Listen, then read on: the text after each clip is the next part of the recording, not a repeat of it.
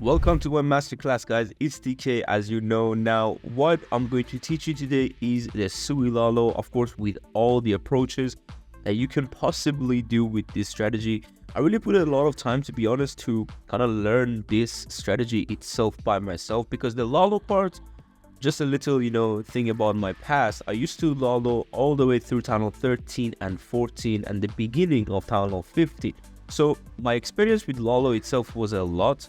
And that's why I used to switch around the starter of the Lalo, which I'm going to tell you, once you learn the Lalo itself, what you're going to achieve is a lot better results with any Lalo strategy. It doesn't matter if it's a SUI, if it's a Zap, Blizzard, which we can't do Blizzard that much, but Super Archers, Queen Charge, Skelly Donut, all this stuff. Now that's why I'm here to teach you a few things about Lalo.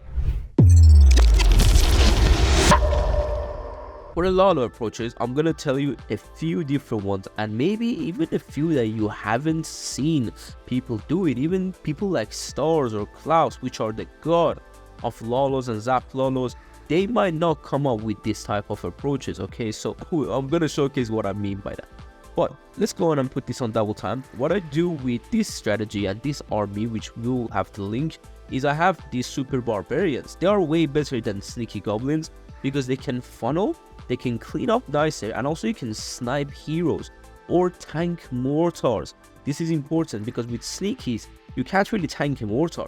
So with your regular barbarians, you can do that. Now I'm giving king access to both sides, unfortunately not to the scatter, but look at this.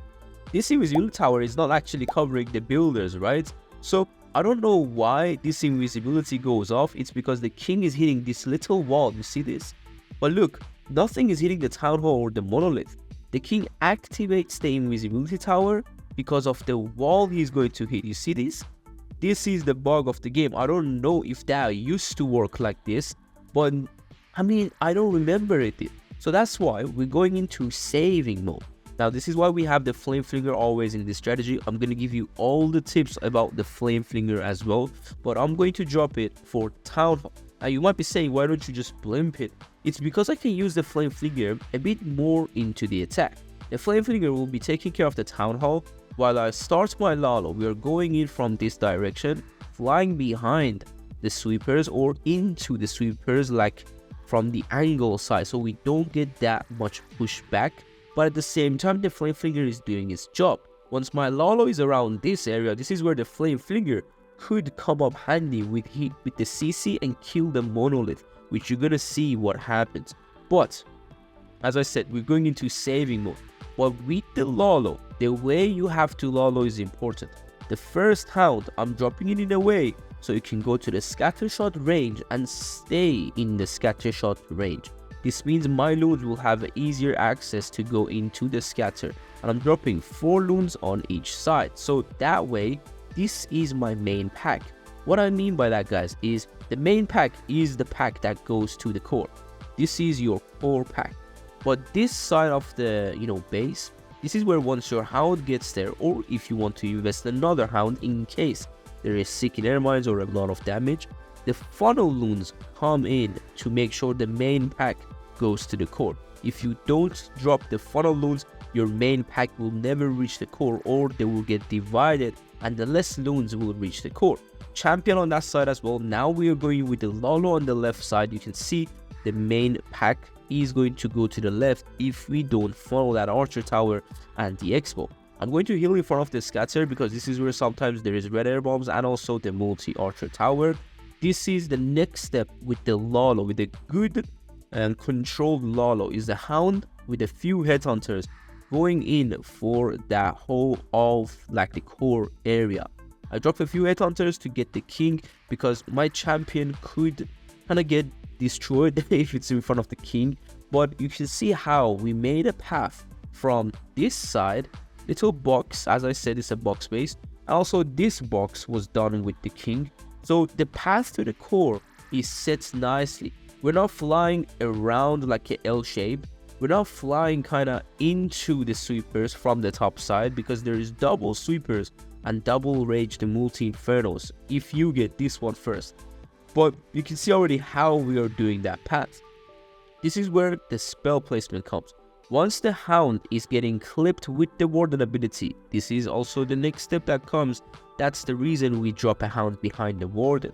This means this Hound will have so much value going through the entire base to catch all the traps. I'm raging the core, of course, going with that free spell on the sweepers, and then look at it. Again, funnel loons coming from the side when these defenses are on the Hound. This is the important part. You shouldn't drop those funnel loons too early. You know what I'm saying? You need to keep them. Be patient. Once you pop the Warden ability right here, you can't do anything more about those loons. You can rage them and free sweeper, but that's when you switch your whole focus to now this Hound.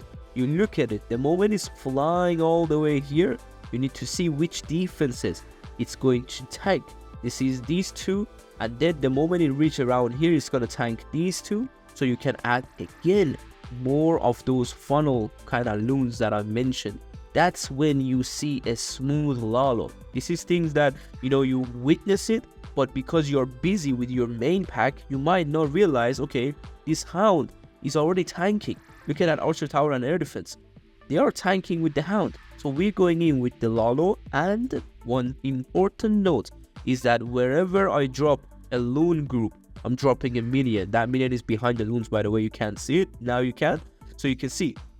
It's important to drop those minions because later on you might time fail, or your cleanup is not going to be actually very clean.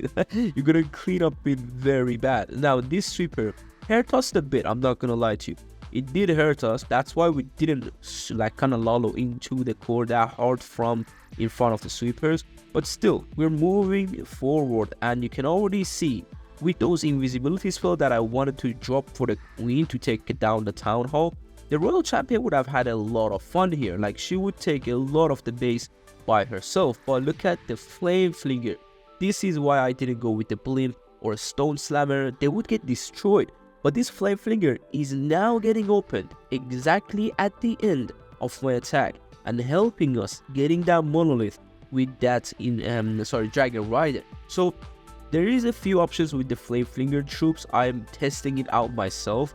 I used to run Yetis. I have those guides in Blueprint channel, which I use Yetis in the Flame Flinger. But right now, there is a few attacks and I'm like, the Dragon Rider actually helped me out a lot. Like the way it can add to the Lalo or add to the end of the attack, as you saw here, is really important. There is early defenses and early important defenses that you can get out. And the Lalo part is the most important part. And once you learn this, the way you shift focus, the way you drop spells, Warden ability, funnel loons, and keeping the champion alive with the back end small Lalo, you're gonna have literally and demolishing every single base that you get to. Hopefully you enjoyed this masterclass, and if you have any questions, make sure you ask the boss so he can kind of give me that answer as well. I can give him the answers actually.